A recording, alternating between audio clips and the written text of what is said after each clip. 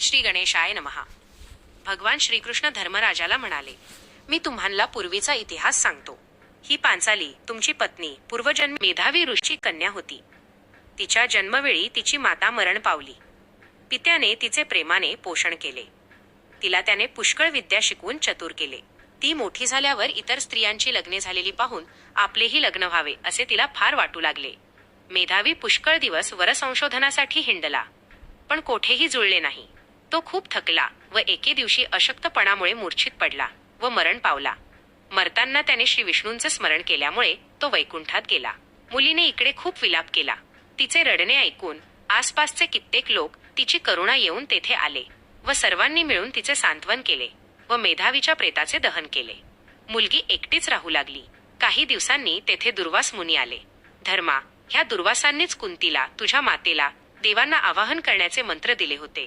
हे फार ज्ञानी व शीघ्रकोपीही आहेत.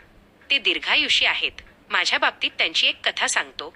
ते माझ्याकडे आले आणि मला व रुक्मिणीला त्यांनी घोड्यांप्रमाणे रथाला जोडले आणि ते रथात बसले व आम्हाला रथ ओढावयाची आज्ञा केली. आम्ही रथ ओढू लागलो. रुक्मिणीला खूप तहान लागली.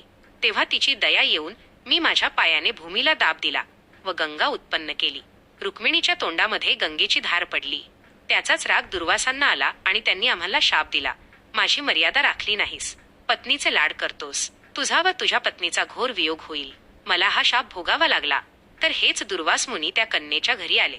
तिने त्यांचा पाहुणचार केला, आपली ओळख सांगितली व त्यांनी म्हटले, मेधावी ऋषी धार्मिक व तू त्यांची कन्या ज्ञानी व व्रतस्थ आहेस. कैलासाहून बद्रिकाश्रमात जाताना तुला भेटून जावे म्हणून आलो. तुझे कल्याण असो.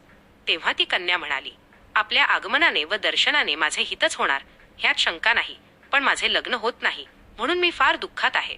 मला जगावेसे वाटत नाही. माझे दुःख दूर करता येईल का? आपण कृपा कराल का? मला उत्तम वर मिळावा म्हणून मी करू असे बोलून ती उदासपणे स्वस्थ राहिली. हे अधिक मास महात्म्य सार आहे. चतुर्थोध्याय गोढा इति चतुर्थोध्याया.